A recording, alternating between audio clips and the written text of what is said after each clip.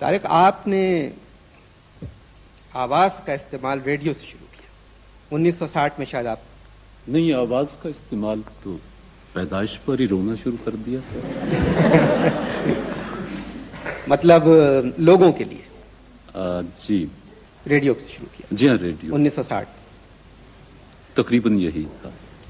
64 میں ٹیلی ویژن آیا، آپ ٹیلی ویژن پہ آ گئے. آپ نے نوکری کی ٹیلی ویژن میں پہلے؟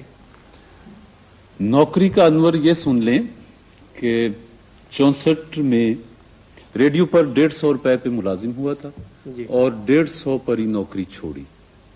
باقیوں کی ترقی ہوتی تھی 5 روپے سالانہ. جی. میری وہ بھی بند تھی کہ میں ذرا ترقی پسند تھا. اچھا. لاہور میں رہتا تھا، جی. ساہیوال میں گھر تھا. جی. تو میرا ایک دوست ہے، آج کل پنجاب یونیورسٹی میں جرنلزم پڑھاتا ہے، مہدی حسن. تو میں اور وہ ساہیوال سے ہم نکلے تھے یہ عہد کر کے کہ گھروں سے کچھ نہیں لینا اور اپنی زندگی کو خود بنانا. تو لاہور آ گئے. 17 روپے مہینے کی ایک کوٹھڑی بھاٹی دروازے میں ہم دونوں نے لے لی اور وہاں زمین پر اپنا سوتے تھے. سارا دن لاہور کی سڑکیں تھیں، ہم تھے. اشک رواں کی نہر ہے اور ہم ہیں دوستو. ایک قصہ مزیدار ہے نوکری کا.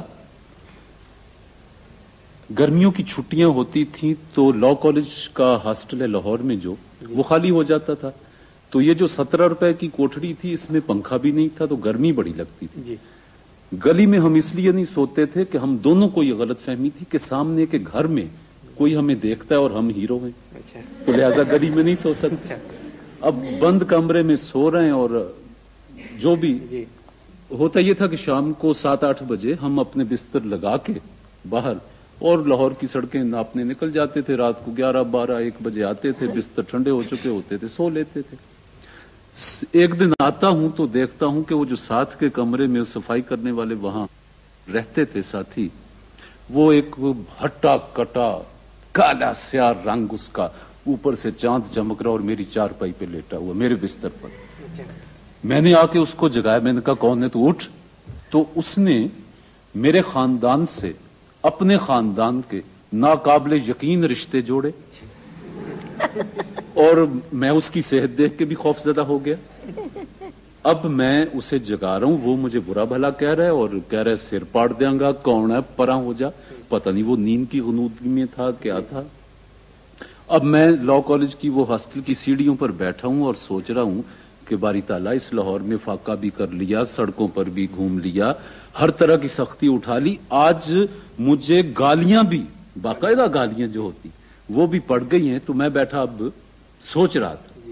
اتنے میں وہ مہدی حسن، وہ پی پی آئی میں کام کرتا تھا، وہ رات کی ڈیوٹی ختم کر کے آیا تو کہنے لگا طارق تو بیٹھا. میں کہ یار آج بڑا رفڑ ہے، بڑا مشکل کام ہے. کہ کیا ہو؟ میں نے کہا یہ صورتحال ہے. خیر وہ بھی میرے ساتھ آیا. اب 2 ہو گئے، کچھ حوصلہ ہوا تو اس کو چارپائی سے گرا دیا. وہ ڈولتا ڈگمگاتا ایک طرف ہو گیا.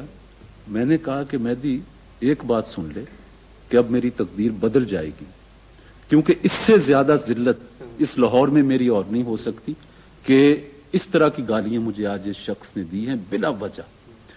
صبح ریڈیو پر پہنچا، آنکھیں میری سوجی ہوئی اور رات کا جاگا ہوا سارا چہرے پہ تشدد میرے موجود تھا کہ ٹیلی ویژن والوں کا خط آیا ہوا تھا کہ ہم نے تجھے اناؤنسر کم نیوز ریڈر سلیکٹ کر دیا ہے.